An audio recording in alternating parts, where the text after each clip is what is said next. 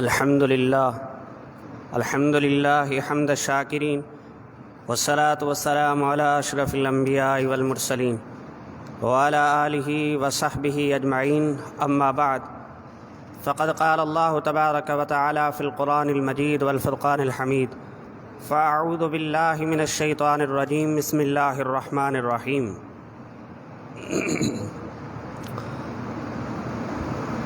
व अंज़िर अशीरतकल अक़रबीन आमन्तु बिल्लाहि सदक़ल्लाहुल अज़ीम व बल्लगना रसूलुहुन नबियुल अमीनुल करीम व नहनु अला ज़ालिका लमिनश शाहिदीन व शाकिरीन वल्हम्दुलिल्लाहि रब्बिल आलमीन। इन्नल्लाह व मलाइकतहु युसल्लूना अलन नबी या अय्युहल्लज़ीना आमनू सल्लु अलैहि व सल्लिमू तस्लीमा। लब्बैक अल्लाहुम्मा सल्लि अला सय्यिदिना व शफ़ीना व नबीना व मौलाना मुहम्मदिन व अला आलि सय्यिदिना व अस्हाबि सय्यिदिना व अज़वाजि सय्यिदिना व औलादि सय्यिदिना व मौलाना मुहम्मदिन व बारिक व सल्लिम। सलातन व सलामन अलैका या सय्यिदी या रसूल अल्लाह, सलातन व सलामन अलैका या सय्यिदी या ख़ातमन नबिय्यीन व अला आलिका व अस्हाबिका या रहमतल लिल आलमीन। हम्दो सलात का बाद मुझा निहायती वाजिबुल एहतराम मुअज़्ज़ज़ सामीन हज़रात, मुनाचीस अल्लाह रब्बुल इज़्ज़त जे कलाम कुरान मजीद कुरान रशीद जी सूरह शुअरा व अंज़िर अशीरतकल अक़रबीन जी तिलावत कई आहे। दुआ कयो त रब्बे ज़ुल जलाल मुंहिंजी ज़बान ते कलिमतुल हक़ खे जारी फ़रमाए।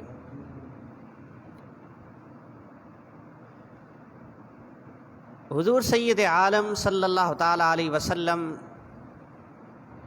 जंजी ज़िंदगी, हुज़ूर जंजी सीरत, आका करीम सय्यद आलम सल्लल्लाहु ताला अलैहि वसल्लम जा अफ़आल, संदन जा अक़वाल,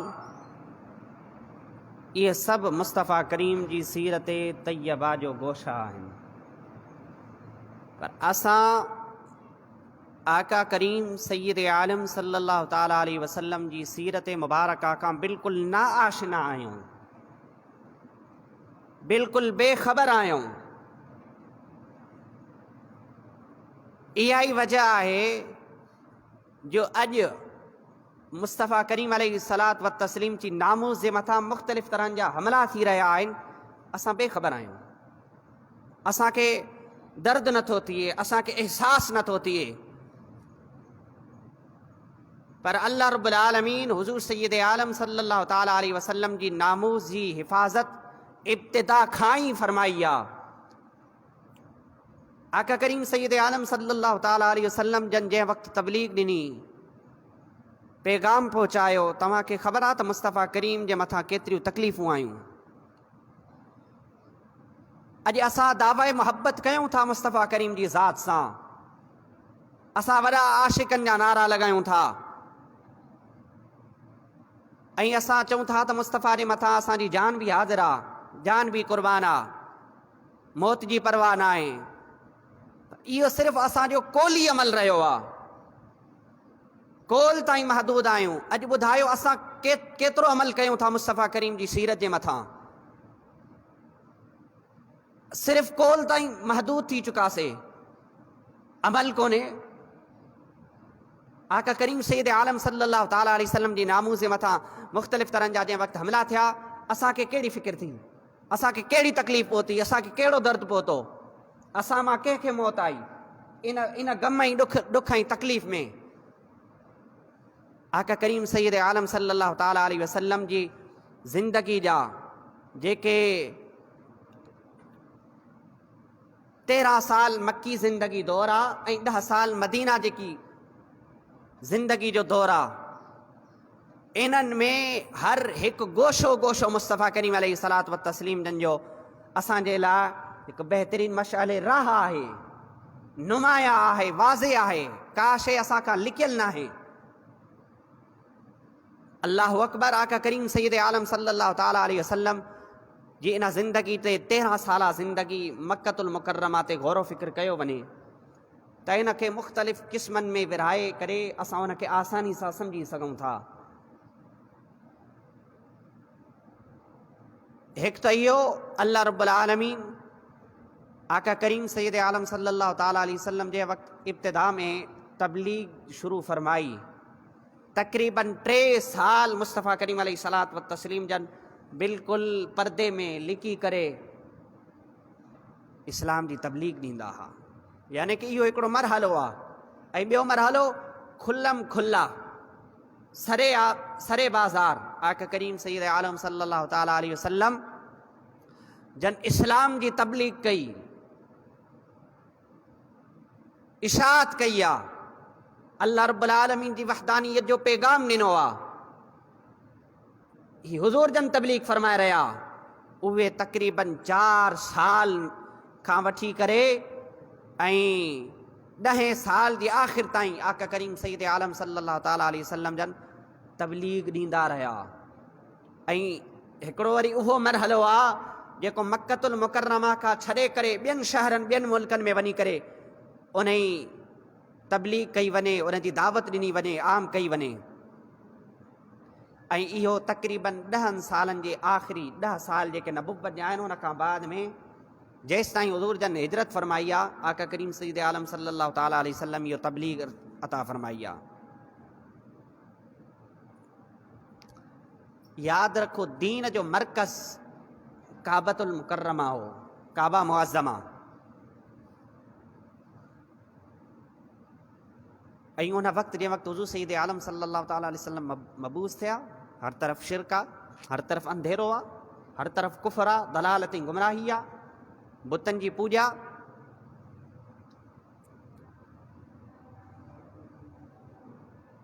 हाणे इन दौर में, इन माहौल में हिकु नई शइ खणी करे उन्हनि जे दिलनि में रासिक करणु, उन्हनि खे पैगाम पहुचाइणु वॾो मुश्किल कमु हूंदो आहे। ऐं एतिरे अरसे खां वठी करे हू जंहिं मामलनि ते हली रहिया हुआ, पोइ ॿुधायो उन्हनि खे केतिरी तकलीफ़ थींदी हूंदी। अगरि उन्हनि खे केतिरो गुस्सो ऐं कावन ईंदो। एतिरो अर्सो हुजे उन्हनि बुतनि जी पूॼा कई, उन्हनि खे रोकियो वञे, उन्हनि खे ग़लति ॻाल्हायो वञे, त उन्हनि खे तकलीफ़ पहुचंदी आहे। तव्हां अंदाज़ो लॻायो त मुस्तफ़ा करीम अलैहिस्सलात व तस्लीम जी ज़ात जे मथां केतिरी तकलीफ़ आई आहे। हुज़ूर जी सीरत खे पढ़ंदा कयो मुसलमानो, सिर्फ़ु महबती जो दावो न कयो, बल्कि उन सां गॾोगॾु मुस्तफ़ा करीम जी सीरत जो मुतालो करे उन ते अमल बि कंदा कयो। हाणे ज़रूरी हुयो त इन वक़्त जे अंदरि जेके आका करीम सैयद आलम सल्लल्लाहु ताला अलैहि वसल्लम जन सां जंहिंजो गहरो ताल्लुक़ हुयो, जंहिंसां हुज़ूर जन जी वाबस्तगी हुई, त उन्हनि खे पहिरीं इस्लाम पेश कयो वञे। जंहिंजो छो जो रब्त ऐं ताल्लुक़ जेको हूंदो आहे उहो जल्दी माण्हू असर अंदाज़ थी वेंदो आहे। इन जे करे हुज़ूर सैयद आलम सल्लल्लाहु ताला अलैहि वसल्लम पंहिंजे दोस्तनि खे, पंहिंजे घर वारनि खे सभ खां पहिरीं दीन इस्लाम जी तबलीग पेश कई आहे, उन्हनि जे मथां इस्लाम पेश कयो आहे। इहा ई वजह आहे जो आका करीम सैयद आलम सल्लल्लाहु ताला अलैहि वसल्लम इब्तिदा में ई उन्हनि माण्हुनि खे इन तबलीग, इन दावत पेश कई जेके हुज़ूर अलैहिस्सलात व तस्लीम जो खे ॿुधी करे फ़ौरन हक़ जी तरफ़ माइल थी वञनि। जेके हुज़ूर सैयद आलम सल्लल्लाहु ताला अलैहि वसल्लम जन सुञाणींदा, ईअं त हर को आका करीम सैयद आलम सल्लल्लाहु ताला अलैहि वसल्लम जन खे सचो नबी तस्लीम कंदा हुआ, इन में कंहिं बि क़िस्म जो शक न आहे। आका करीम सैयद आलम सल्लल्लाहु ताला अलैहि वसल्लम जंहिं वक़्तु तबलीग पेश कई, उन्हनि में हज़रत सैयदा उम्मुल मोमिनीन हज़रत ख़दीजा रज़ी अल्लाह ताला अन्हा आहिनि। बहरहाल ही हिकिड़ो दावत जो ॿिया केतिरा ई माण्हू जेको आहे इस्लाम क़बूल कयो आहे, इन में को बि शक न आहे। पर जंहिं वक़्तु आका करीम सैयद आलम सल्लल्लाहु ताला अलैहि वसल्लम जन खुलेआम माण्हुनि खे दावत ॾिनी, तबलीग ॾिनी, उन वक़्त जो आलम तव्हां ॾिसो। ऐं उन वक़्त खां वठी करे अल्लाह रब्बुल आलमीन मुस्तफ़ा करीम अलैहिस्सलात व तस्लीम जी नामूज़ जी हिफ़ाज़त फरमाई आहे, नामूज़ जी हिफ़ाज़त फरमाए छॾी आहे।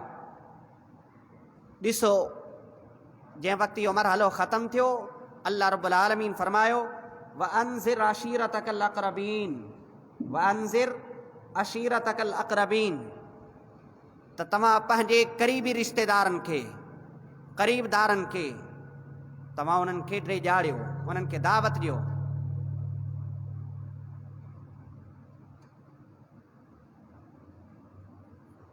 इन सूरत जे अंदरि सभ खां पहिरीं हज़रत सैयदना मूसा अला नबीना जे वाक़े खे बयानु कयो वियो आहे। हज़रत मूसा अला नबीना जो वाक़ियो छो पेश कयो वियो? इन जे करे त जहिड़ी तरह हज़रत सैयदना मूसा अला नबीना जी नबुवत जो आगाज़ थियो, पोइ आख़िर में उन्हनि बनी इसराइल समेत हिजरत करे फ़िरौन ऐं क़ौम फ़िरौन खां निजात हासिल कई। फ़िरौन ऐं आले फ़िरौन खे अल्लाह रब्बुल आलमीन ग़रक़ फ़रमाए छॾियो। ऐं जेके हज़रत मूसा अला नबीना सां ताल्लुक़ रखण वारा, उन्हनि ते ईमान रखण वारा, अल्लाह रब्बुल आलमीन उन्हनि खे नजात अता फ़रमाई। उन खां बाद में हज़रत मूसा अलैहिस्सलाम ऐं फ़िरौन ऐं क़ौम फ़िरौन खे अल्लाह रब्बुल आलमीन दी दावत ॾिनी, पर उन्हनि तस्लीम न कई। जॾहिं रसूलुल्लाह सल्लल्लाहु ताला अलैहि वसल्लम पंहिंजी क़ौम खे खुलेआम दावत पेश कई आहे, आका करीम सैयद आलम सल्लल्लाहु ताला अलैहि वसल्लम जे वक़्तु दावत पेश कई आहे, त उन मौक़े ते हज़रत सैयदना मूसा अला नबीना जे वाक़े जी तफ़सील इन जे लाइ बयानु कई वई त इन जे करे त जंहिं वक़्तु खुल्लम खुल्ला इस्लाम जी दावत पेश कई वञे, इस्लाम जे हवाले सां ॿुधायो वञे, अल्लाह जी वहदानियत जो पैगाम ॾिनो वञे, जहिड़ी तरह हज़रत सैयदना मूसा अला नबीना जी दावत जी तक़ज़ीब कई, उन्हनि खे कूड़ो चयो, उन्हनि जो इनकार कयो ऐं ज़ुल्म ऐं ज़ियादती कई, त इन जे करे त सोना हबीब जंहिं वक़्तु तव्हां उन्हनि खे खुले आम दावत ॾींदव त तव्हां जे मथां अहिड़ो मरहलो बि अची सघे थो। माण्हू इनकार कंदा, तकलीफ़ ॾींदा, अज़ियतूं ॾींदा, तव्हां जे मथां ज़ुल्म कंदा, त जीअं इहो मरहलो मुस्तफ़ा करीम जे चाहण वारनि जे साम्हूं अची वञे, हुज़ूर जे सहाबा सम्झी वञनि त असांखे तकलीफ़ूं ईंदियूं, पर उहे सभु कुझु बर्दाश्त करिणो आहे। ॿी तरफ़ इन सूरत में अंबिया खे, अंबिया जे इनकार करण जो वारी जेकी क़ौम आहे, फ़िरौन आहे, फ़िरौन जी क़ौम आहे, क़ौम फ़िरौन आहे, क़ौम आद आहे, क़ौम हूद आहे, क़ौम नूह आहे, क़ौम इब्राहिम आहे, क़ौम लूत आहे, असहाबुल ऐका आहिनि, उन्हनि जो अंजाम बि सभु कंहिंखे ख़बर आहे।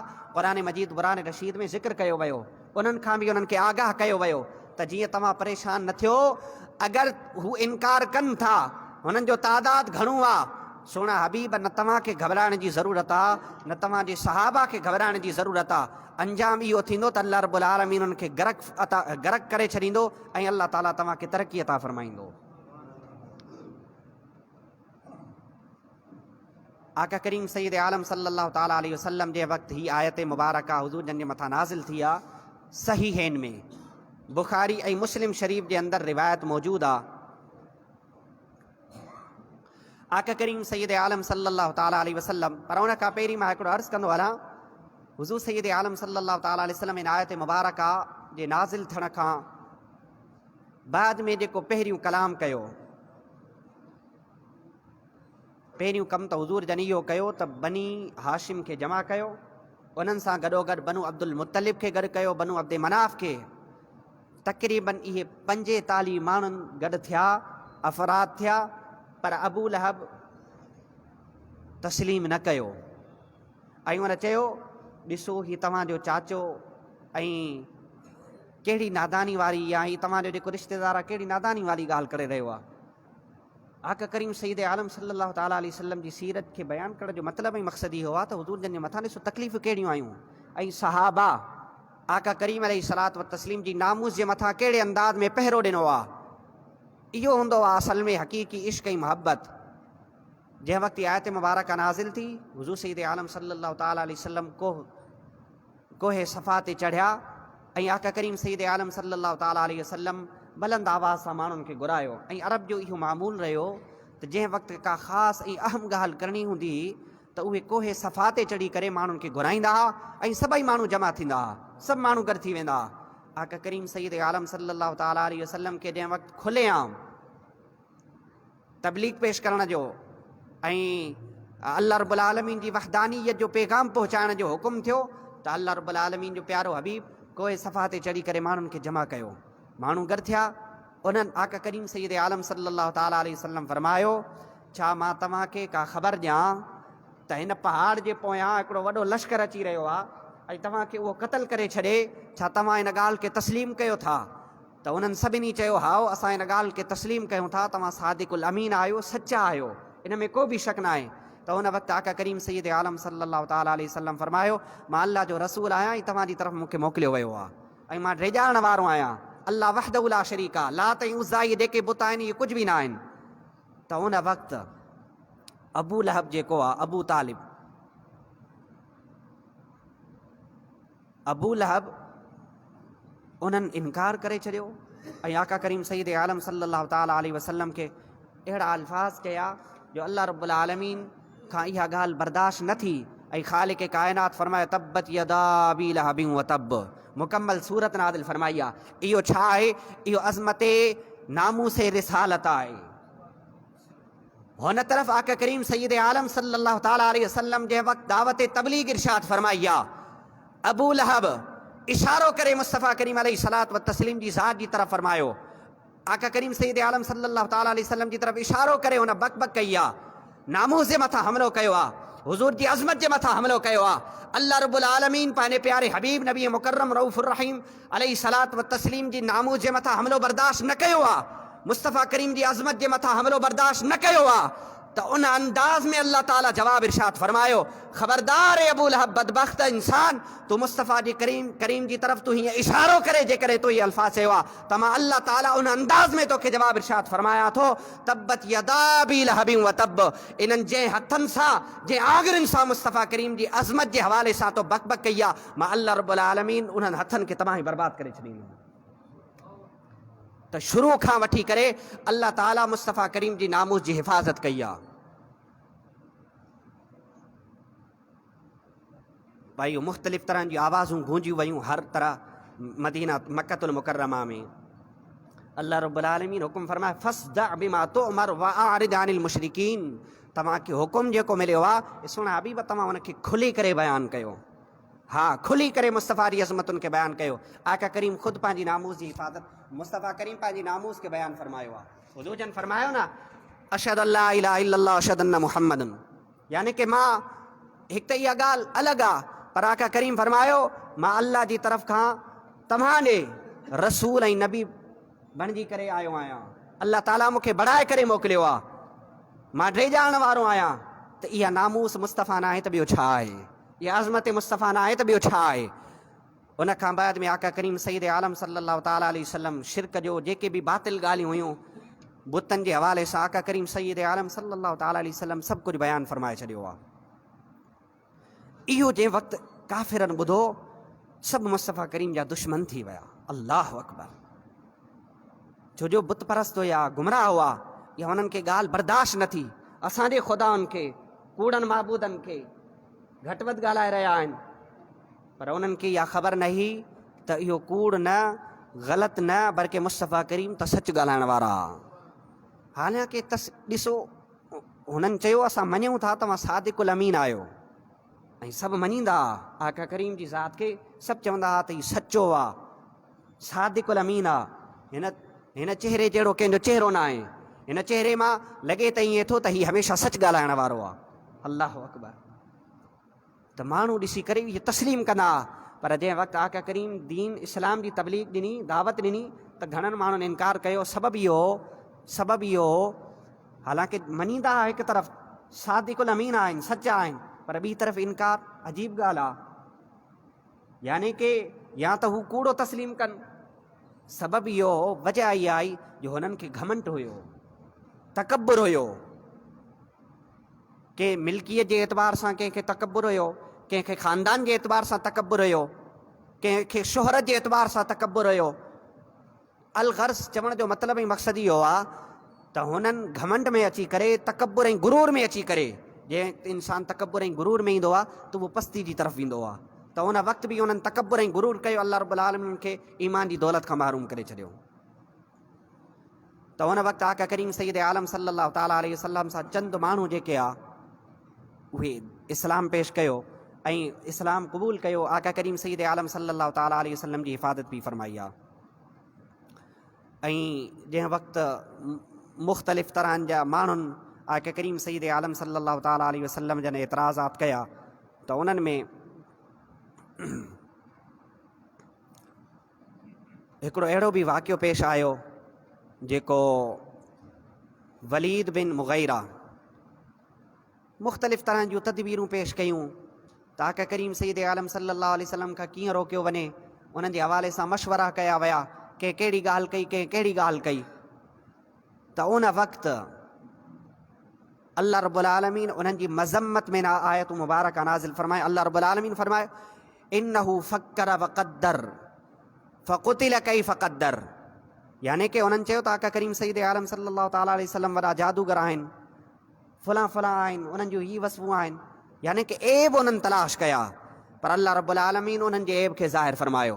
अल्लाह ताला फरमायो इन्नहु फ़क्कर वक़द्दर फ़क़ुतिल कैफ़ क़द्दर सुम्म क़ुतिल कैफ़ क़द्दर। आका करीम खे जंहिं वक़्तु क़त्ल करण जो मंसूबो ठाहियो, अल्लाह रब्बुल आलमीन उन्हनि जे मंसूबे खे ज़ाहिर फरमायो। फरमाए सुम्म नज़र सुम्म अबस व बसर सुम्म अदबर वस्तकबर फ़क़ाल इन हाज़ा इल्ला सिहरुन युअसर इन हाज़ा इल्ला क़ौलुल बशर। तव्हां चओ था ही बशर आहे, असांजी तरह खाईंदो आहे, असांजी तरह पीअंदो आहे, असांजी तरह हाजत ईंदी आहे। अल्लाह रब्बुल आलमीन फरमायो ही तव्हां जहिड़ो बशर न आहे, बल्कि ही तव्हांजी तरफ़ मूं मुस्तफ़ा करीम खे नबी ठाहे करे मोकिलियो आहे। तव्हांजी बशरियत में फ़र्क़ु आहे, मुस्तफ़ा करीम जी बशरियत में फ़र्क़ु आहे। ऐं इन मामले में सभ खां अॻिते अॻिते अबू लहब हूंदो ऐं उनजी घरवारी बि हूंदी। अल्लाह रब्बुल आलमीन उनजी बि मज़म्मत फरमाई आहे। इहो जंहिं वक़्तु रोकण खां नाकाम थिया, पोइ कुरैश ॾिठो त मुस्तफ़ा करीम अलैहिस्सलात व तस्लीम खे तबलीग खे दीन खां रोके नथा सघूं असां, त पोइ हाणे छा कयूं। उन्हनि आका करीम जंहिं वक़्तु क़ुर जी तिलावत करे ॿुधाईंदा हुआ, उहे टोकींदा हुआ, उहे तेज़ आवाज़ सां ॻाल्हाईंदा हुआ, हुज़ूर खे तकलीफ़ूं पहुचाईंदा हुआ, उन्हनि खे उन्हनि जी तक़सीब कंदा हुआ। इन जे लाइ मुशरिकनि हुज़ूर अलैहिस्सलात व तस्लीम खे हर तरह जूं बेहूदा कलाम कयो, आका करीम खे तकलीफ़ूं ॾिनियूं, इंतिहाई तकलीफ़ ॾिनूं। अल्लाह अकबर। अल्लाह ताला क़ुरान मजीद क़ुरान रशीद फरमाए वक़ालू या अय्युहल्लज़ी नुज़्ज़िला अलैहि ज़िक्रु इन्नका लमजनून। उन्हनि कुफ़ारनि चयो ए उहे शख़्स जंहिं ते क़ुरान नाज़िल कयो, यकीन तूं पागल आहे। अल्लाह अकबर। उन्हनि चयो पागल आहे, कॾहिं चयो तूं जादूगर आहे, कॾहिं चयो तूं कूड़ो आहे, मुख़्तलिफ़ तरह जा इल्ज़ामात लॻाया। अल्लाह रब्बुल आलमीन फरमायो वअजिबू अन जाअहुम मुनदिरुम मिनहुम वक़ालल काफ़िरून हाज़ा साहिरुन कज़्ज़ाब।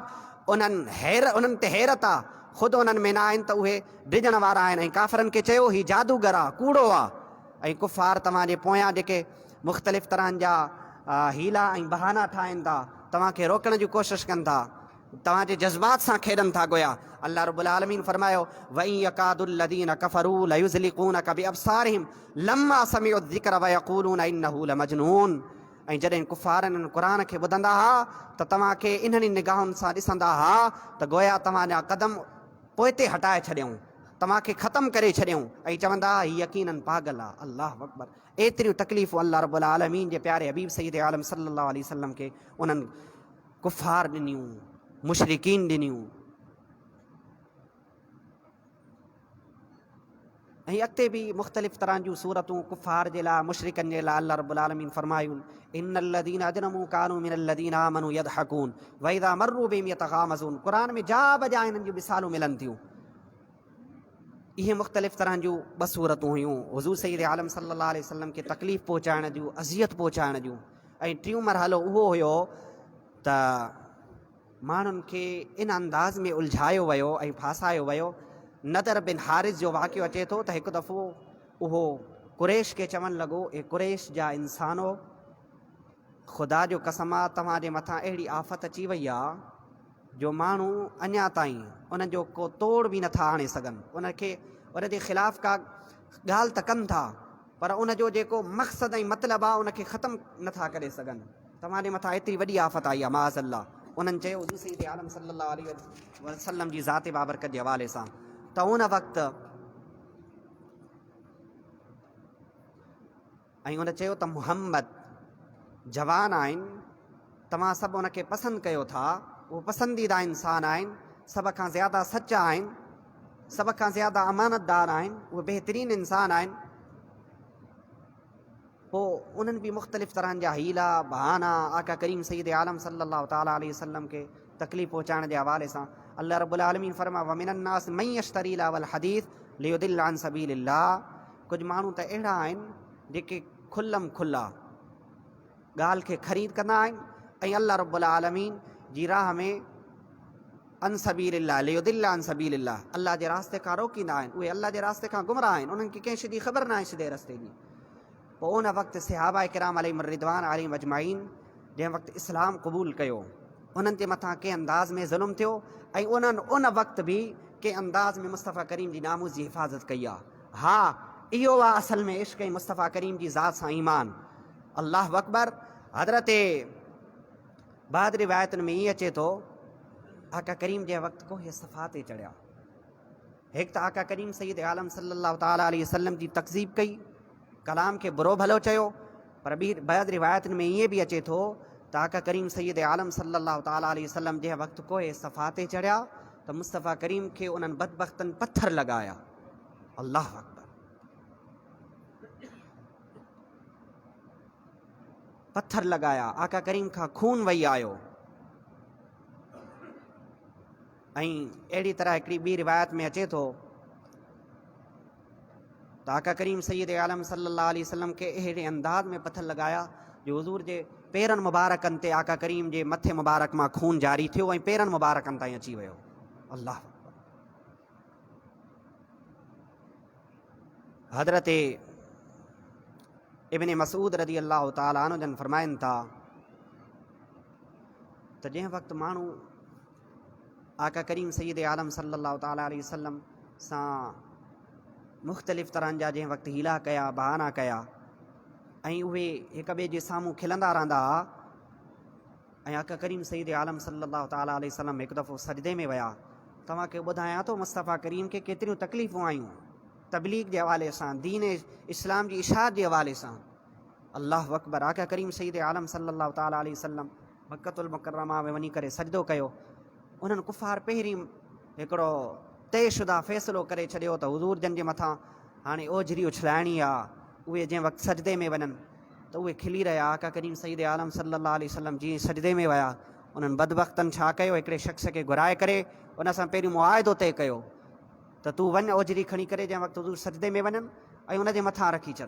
आका करीम सजदे में विया, हू इंतज़ार में आहिनि त हुज़ूर जन कहिड़े वक़्तु सजदे में वञनि था।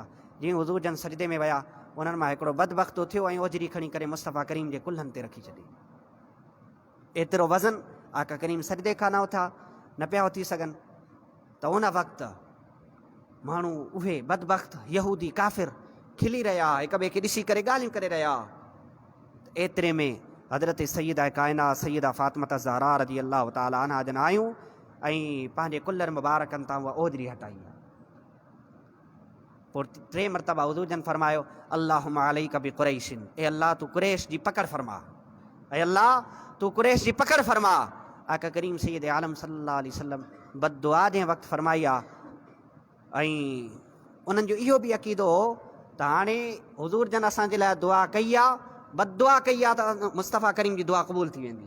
अल्लाह ताला असांजे मथां हाणे अज़ाब नाज़िल फरमाए छॾींदो। उन खां बाद में हुज़ूर जन हर हिक जो नालो वठी करे बददुआ कई आहे। अल्लाह ताला अबू जहल जी पकड़ फरमा, अल्लाह ताला उतबा जी पकड़ फरमा, शेबा जी पकड़ फरमा, वलीद बिन उतबा जी पकड़ फरमा, उमैया बिन खल्फ जी पकड़ फरमा, उक़बा बिन अबी मुईद जी पकड़ फरमा। सहाबा किराम अलैहिम रिदवान अलैहिम अजमईन फरमाइनि था, हज़रत सैयदना अब्दुल्लाह बिन मसऊद खां रिवायत आहे, उहे फरमाइनि था अल्लाह रब्बुल आलमीन जी इज़्ज़त जो कसम आहे, जंहिं वक़्तु बदर जो मारका पैदा थियो आका करीम उन खां पहिरीं निशान लॻाया ऐं नाला खणी करे ॿुधाया फलां काफ़िर हिन मक़ाम ते क़तल कयो वेंदो। साहबा फरमाइनि था अल्लाह जी ज़ात जो कसम आहे, उन खां हिकु क़दम बि उहो काफ़िरनि जी जॻह न हटी आहे। ऐं जंहिं शख़्स जे लाइ हुज़ूर जन नालो खणी करे चयो त फलां काफ़िर जी ही जॻह आहे मरण जी, आका करीम जंहिं वक़्तु दुआ कई हुज़ूर जन जी दुआ क़बूल थी, हर काफ़िर पंहिंजे पंहिंजे मक़ाम ते क़तल कयो वियो आहे। ऐं सहाबा किराम अलैहिम रिदवान अलैहिम अजमईन ते केतिरियूं तकलीफ़ूं आयूं जंहिं वक़्तु उन्हनि ईमान आंदो। हज़रत उस्मान बिन अफ़्फ़ान रज़ी अल्लाह तआला अन्हु जंहिं वक़्तु इस्लाम क़बूल कयो आहे त उन वक़्तु हज़रत उस्मान खे खजिन जी चटाई ठहियल हूंदी ऐं उन में लपेटे करे उन्हनि जे हेठां उन्हनि खे दूंहों ॾिनो वेंदो। अल्लाह, एतिरी तकलीफ़ अज़ियत। त इहो हिकिड़ो मरहलो जेको आहे अॻिते इंशाअल्लाह अज़ीम बयानु कंदासीं। त ॾिसो अल्लाह रब्बुल आलमीन जंहिं वक़्तु इस्लाम जी शरीयत जी तबलीग कई आहे त उन वक़्तु हुज़ूर जन खे केतिरियूं तकलीफ़ूं आहिनि। अगरि अॼु कंहिं इंसान खे दीन इस्लाम जी ॻाल्हि करण जे एतबार सां, क़ुरान जी ॻाल्हि करण जे एतबार सां का तकलीफ़ अचे त इन में को हर्ज़ु न आहे, को मसइलो न आहे, परेशान थियण जी ॻाल्हि न आहे, बल्कि इन में उन इंसान जा दर्जात बुलंद थींदा रहंदा आहिनि। पर चवण जो मतिलबु ऐं बसि मक़सदु इहो आहे त अल्लाह रब्बुल आलमीन ख़ुदि मुस्तफ़ा करीम अलैहिस्सलात व तस्लीम जी नामूस जी के अंदाज़ में हिफ़ाज़त कई आहे।